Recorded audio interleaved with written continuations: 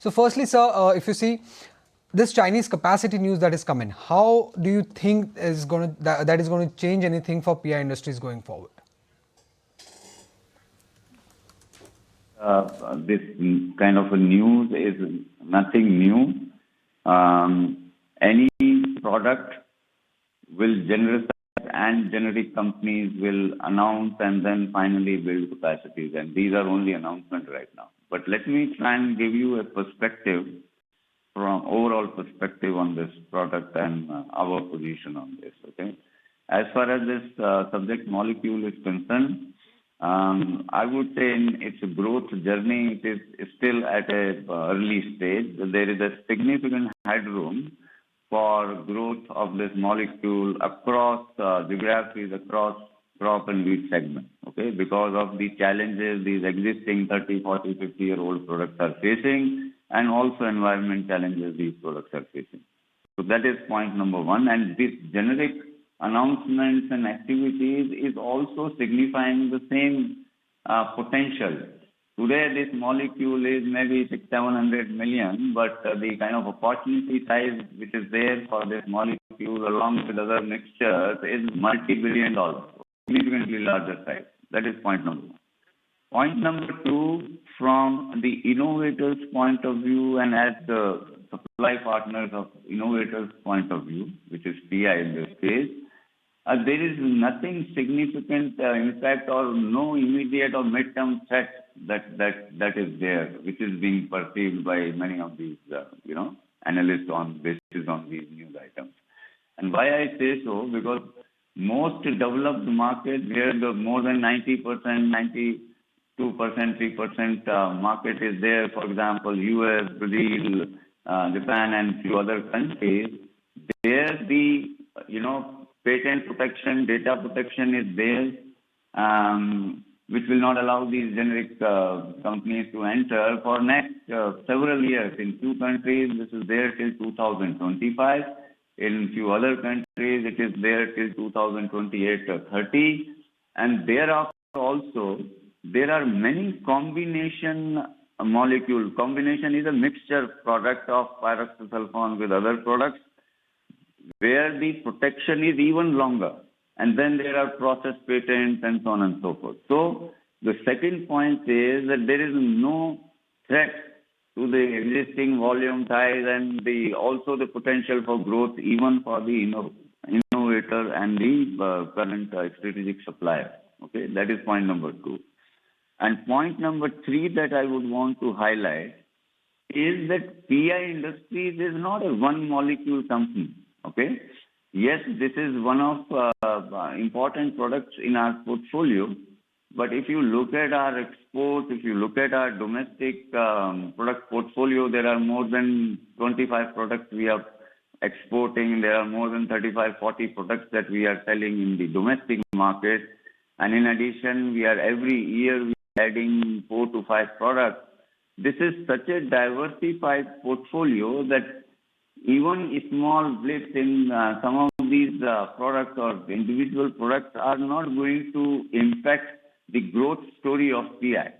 And we remain very confident of the growth outlook that we have indicated for the current year and also for next several years. I'll stop here if you have any further questions. Pyroxasulfone. This is one of the products on which you are heavily dependent for export revenues. And there's another news flow that is there on the guidance cut by one of your major clients, that is Kumai. So how will that impact PI Industries? Yeah.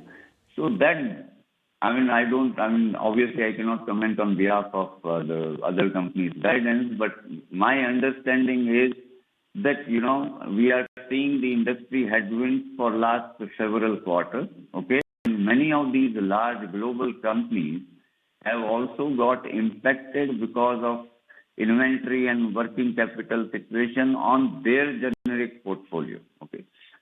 And because of that situation, they are trying to kind of balance some of their working capital exposure overall. And in that process, maybe for a quarter or two, there may be some supply adjustments which are happening on some of these patented and proprietary molecules as well.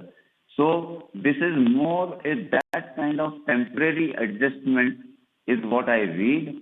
As far as product consumption on the ground, product demand, growing demand on the ground in different countries, geographies is concerned, I have no doubt, and also I have enough information to suggest that it is only growing.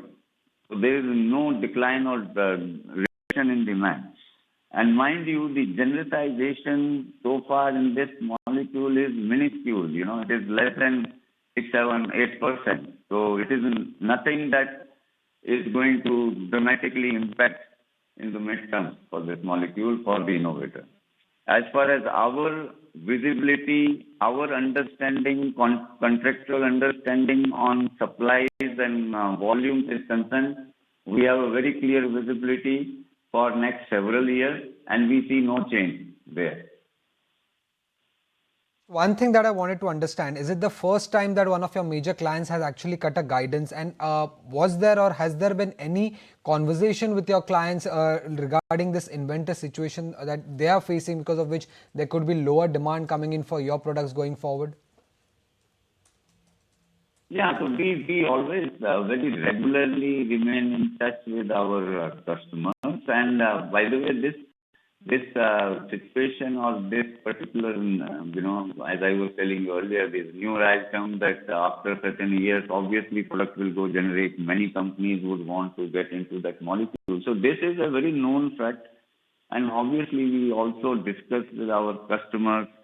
The customers also have their own strategies and, to handle that situation. And that is what I was telling you earlier, that the kind of data protection, market protection, process patents, etc., that they have, they are very confident of, steadily growing this business. No question of decline in the business, but the question is of only growing, because the current market size of the molecule is very small. In the growth life cycle, this molecule is still at early stage. So just to understand this, now we do understand that there is the products that you sell are patented, but given the fact that there is an additional capacity coming in the global market, do you expect the pricing would come under pressure, and thereby this could also impact your margins? Yeah, so generally, and which happens in any genericization, that in some of the markets where genericization happens, obviously some pricing impact comes, but that is more towards the marketing margin aspect of the lead player in those markets, okay? But at the same time, the development spend also gets optimized. So at the market leader's place, whether it dramatically impacts margins, I'm not too sure, because while on one side optimization or reduction of price happens, but at the same time volumes go up because the overall market goes up, and also some of this development spend also gets rationalized. So I do not see a significant change if it happens in terms of margin for the innovators in these products. Yesterday, when we spoke on the phone, you did mention that you are reiterating your guidance of around 18 to 20% revenue growth for FY24. Do you expect a similar growth trend to even continue for the next financial year, that is FY25? Yes, while the specifics will obviously be mentioned, announced at an appropriate time, which happens after our board meeting of quarter 3 and 4. But yes, the general guideline, that indication that we have always been giving is that we have clear visibility of sustaining this growth momentum. And this comes from our diversified portfolio, both in export and in domestic business, and the other strategic initiatives that we are taking. The inventory situation that you were mentioning about on your client's end, when do you expect that to resolve? Well, this inventory situation, by the way, is not at our client's end. And by the way, this is not impacting our supply schedule for ABC. What I was referring to was the inventory situation and balancing of working capital at our customers' clientele level, not at our customer. Our customer is the innovator, which is Kumia in this case, okay? But ultimately, they also have a strategic partner across the globe, and some of these global innovator companies and global marketing companies, they are trying to balance to get over this, headwinds. They are trying to balance their inventory situation and working capital situation, and because of that, there may be these transitory adjustments which are taking place. Final question, because this is what the market was also market veterans were also speaking about. Even in past, we have seen that Chinese have come out with such announcements of large capacity addition related to one chemical, but then going forward, they have withdrawn this capacity addition decisions also. So how do you see that, and do you even expect Chinese to successfully add that kind of capacity going forward? It's not fair for me to comment on some company's announcement, but basis past experience, I only can suggest that, many a time we have heard these stories of capacity building. In few cases, it is worthwhile to mention that in few cases, if you sum up those capacities are 2 to 3 times of the market size itself, okay, the existing market size itself. So, and then what happens that particularly in case of China, many of these companies who are connected with one manufacturer, and all these companies will announce those capacities, and then, it appears in the market that these are 1,000 ton capacities also replicated 6 times, 5 times, 7 times, and that becomes 7,000 tons. So that's how these things pan out. But suffice to say that ultimately, these are all announcements. The existing major markets are protected for several years, and we will, over a period of time, we will see that how many of these announcements really fructify on the ground.